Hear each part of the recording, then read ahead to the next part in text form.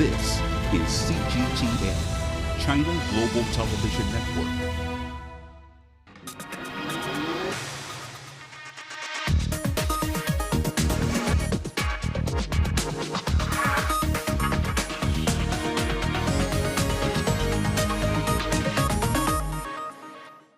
Hello and welcome to this episode of The Hub on CGTN. I'm Wang Guan reporting from Beijing Capital International Airport.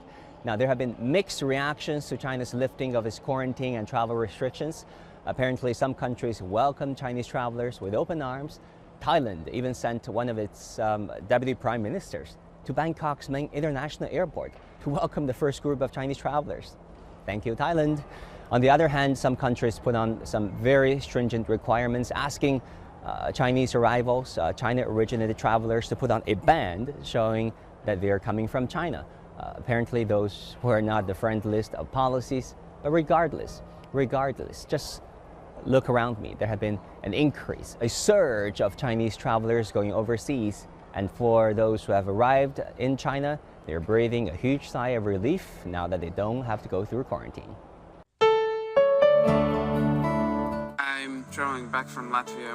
I came back to Beijing from Boston via Tokyo and Hong Kong. The journey took me 2 days. I went to the UK for Christmas and then come back to Beijing through Hong Kong. And we are living now since 1.5 years in Beijing.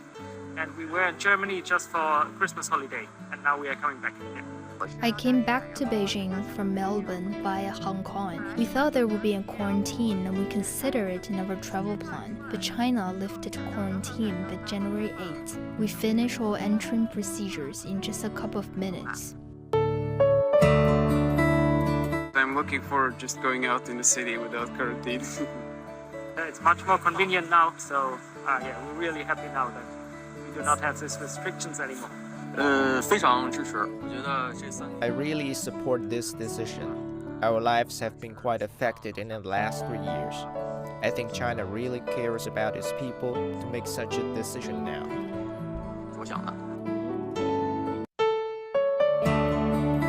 Yeah, I think China will play absolutely a critical role, the second biggest economy in the world. So I hope through 23, China's role the right place in the world as the second biggest economy and play that big role to bring the whole world back will be very welcome for us as a family, and also I think for many people in China and the rest of the world. So. Oh, it will affect me a lot because I work in tourism industry, so these 3 years were really hard for us, so now it will be much easier to organize conferences, the things we do, and yeah, I'm looking forward to that, Let's not forget, in the past 3 years, it was tough times for the executors of China's quarantine requirements. For example, China's immigration officers at major ports of entry. They have to endure high risk of infection, long working hours, and separation with their kids and loved ones. Meet Tang Hao. He's an immigration inspection officer at Beijing Capital International Airport. In the past 3 years, he has provided assistance to international travelers and helped facilitate their immigration procedures. He's also a father of 2. Working long hours in a potentially dangerous environment has been a routine for the past 3 years. So Officer Tan, it's great to have you with us. First of all, can you tell us a bit about your work? Of course, you're affiliated with the National Immigration Inspection Administration Beijing Bureau. 北京边检总站主要的工作内容是负责 In the past 3 years, all inbound travelers had to be checked at Beijing Capital International Airport's T3D. So, as officers at Beijing General Station of Immigration Inspection, we were responsible for the inspection of all inbound travelers in Beijing to China.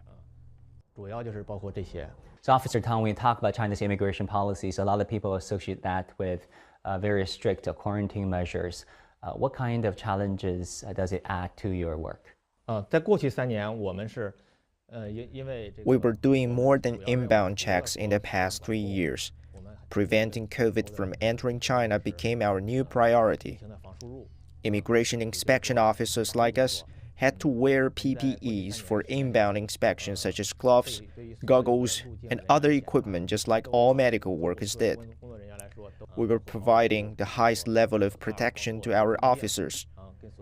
It was equipped with the best protective gear that all officers could inspect all inbound travelers. 边防检查。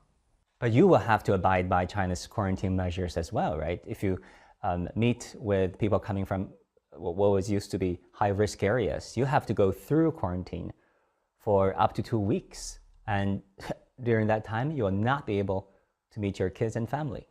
对于初期来说，我们是压力很大的。一方面 At the very beginning, there was a lot of pressure. First, we didn't have enough information about COVID.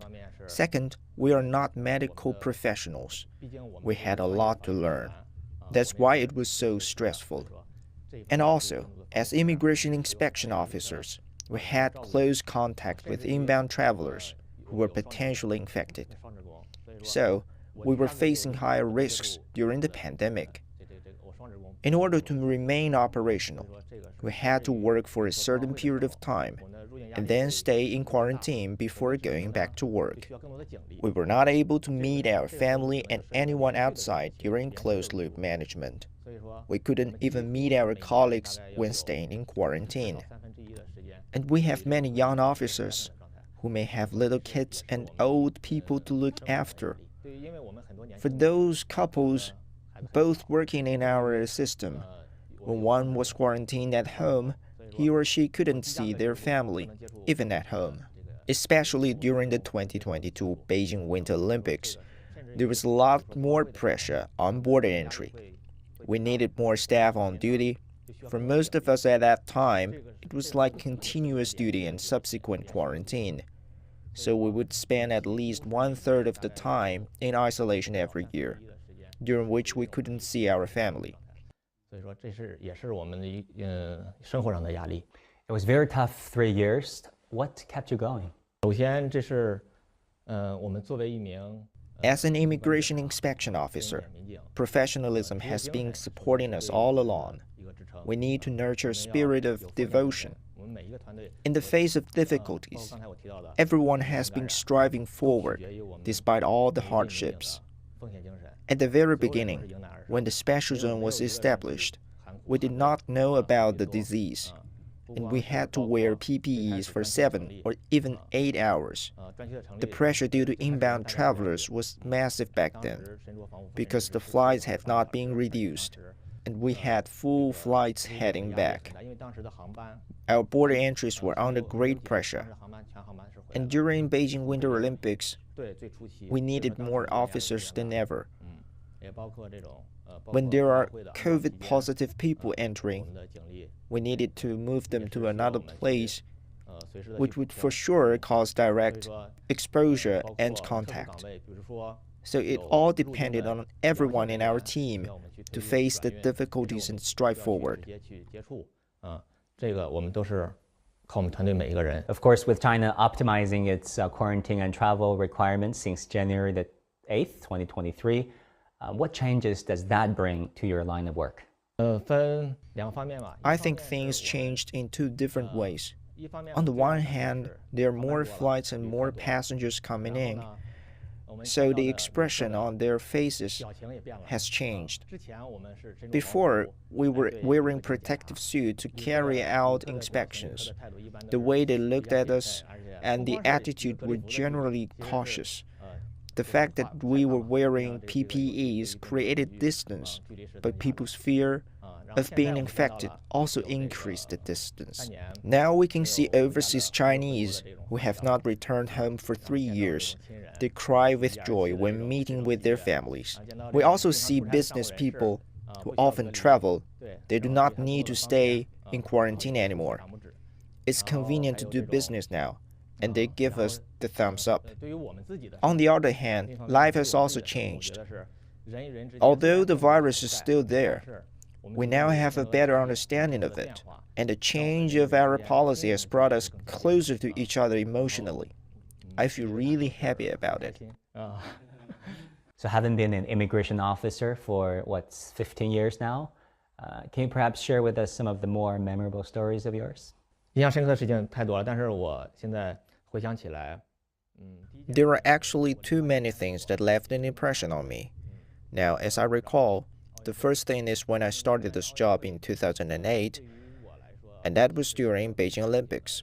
For me, I had just joined the force at that time, It was quite mind-blowing to see athletes and tourists all over the world come into China.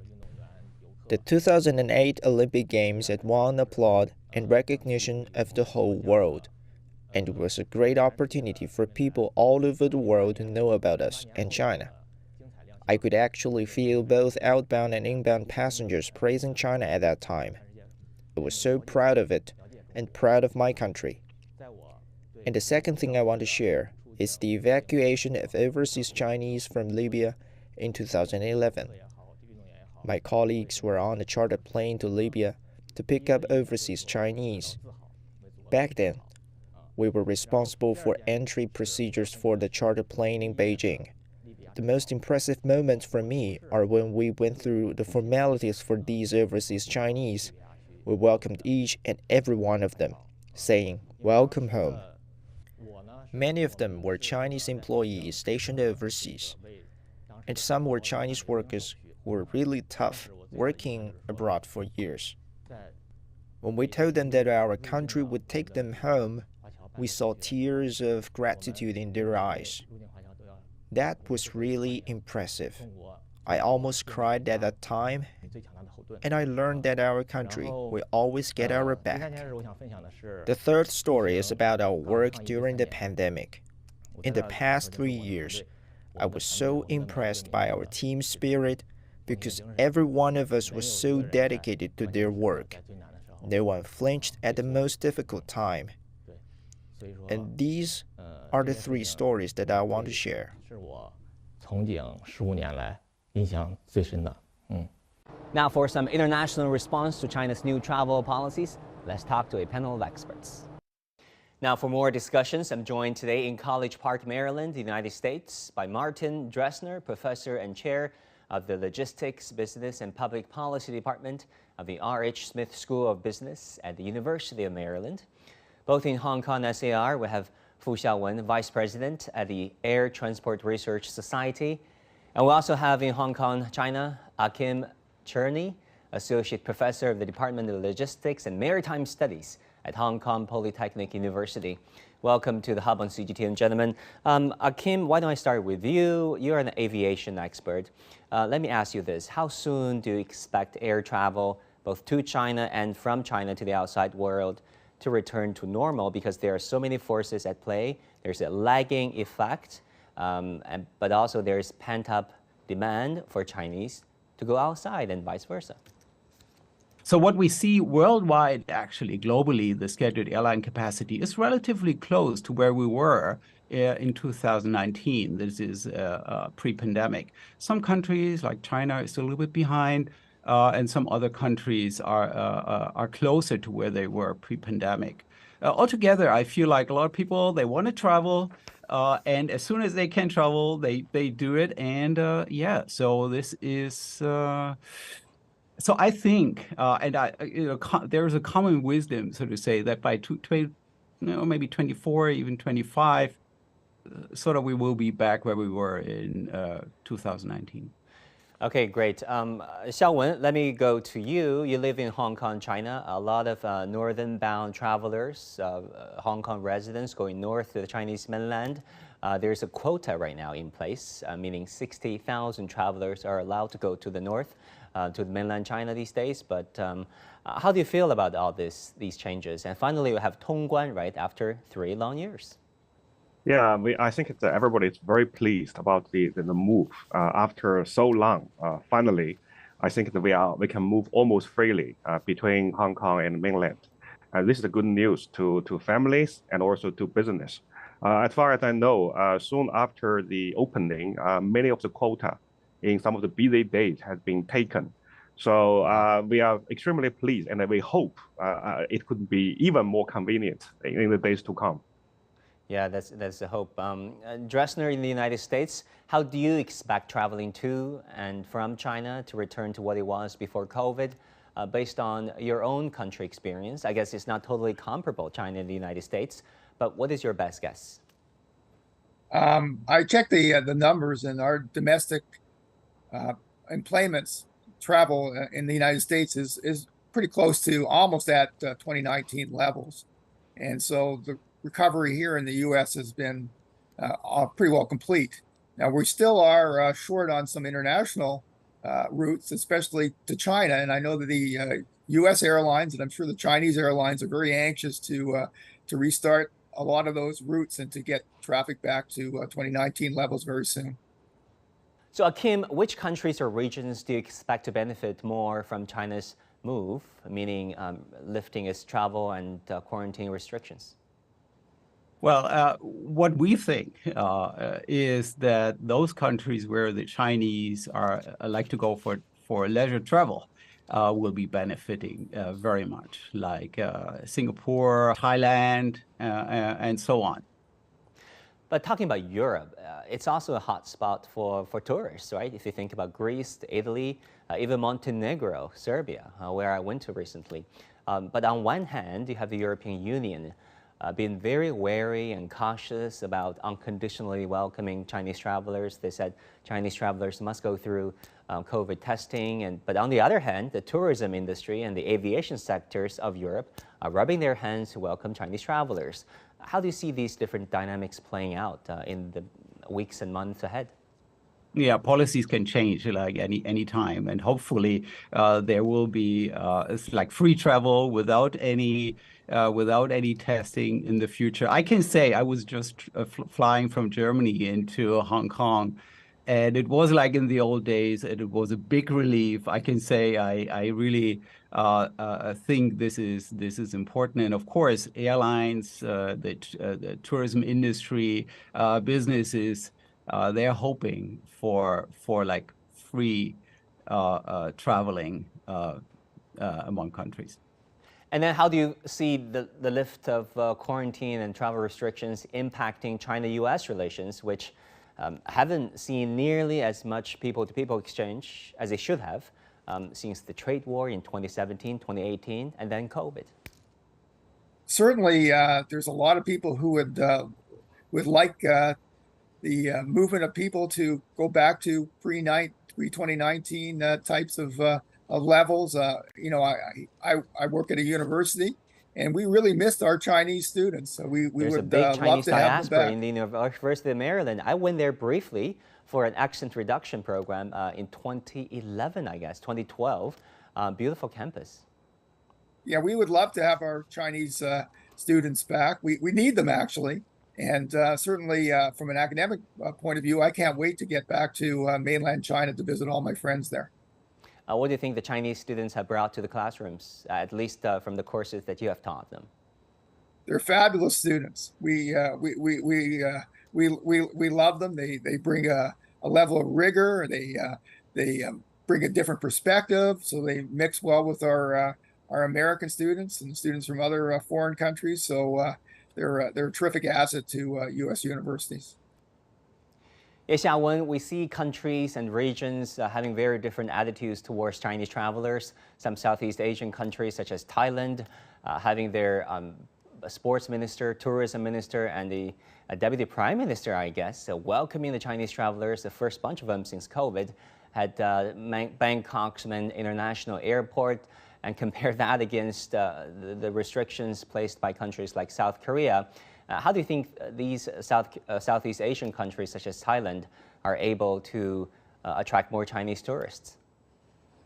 Well, I think they are doing the right job because now during the pandemic, many industries, especially aviation and transport, logistics, are really badly hit, and so they really need to pick up and grow, taking advantage of the post-pandemic season. So I think they are doing their job and they are doing the right thing. And this is actually, of course, because of the last 3 years, some of the capacity has been lost. Some of the airline have been downsizing. Some of the airport, their traffic volume has been down. So they need a little bit time to get back all the capacity.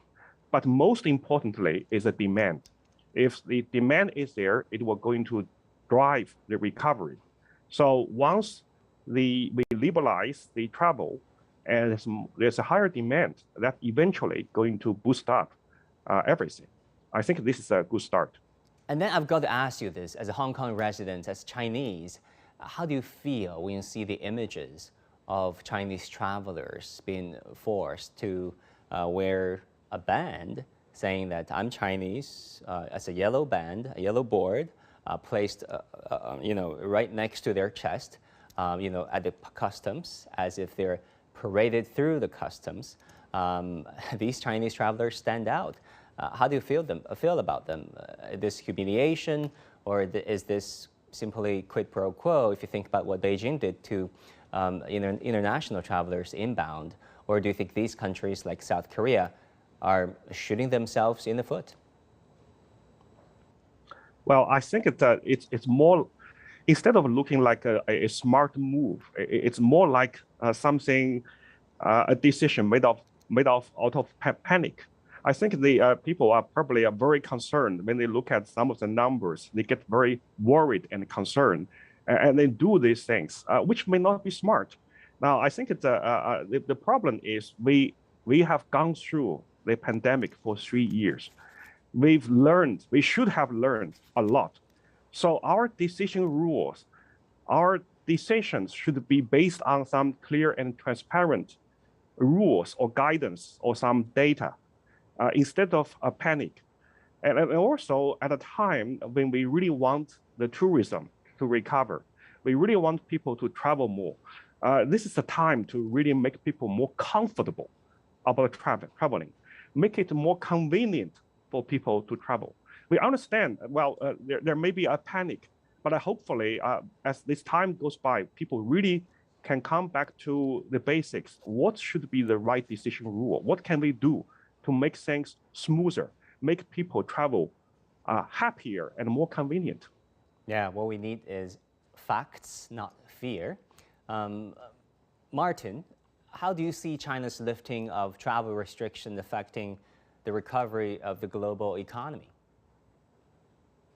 Yeah, well, certainly this is an issue that we have discussed, and one of the problems during the pandemic, when there was a lot of restrictions on air travel, was that air cargo couldn't be transported very easily from one place to another on international routes, just because of the lack of capacity in the bellies of aircraft. So if we get a resumption of routes to the levels that we had prior to the COVID pandemic, then I think that that's going to bode well for all the trade that moves quickly in aircraft, the air freight, that time sensitive type of trade will go back to normal levels. Kim, what do you think? I absolutely agree. I think something that maybe many of the listeners will not necessarily know is that really the majority of the air cargo is actually not carried by freighter aircraft, but really in the belly of the passenger aircraft.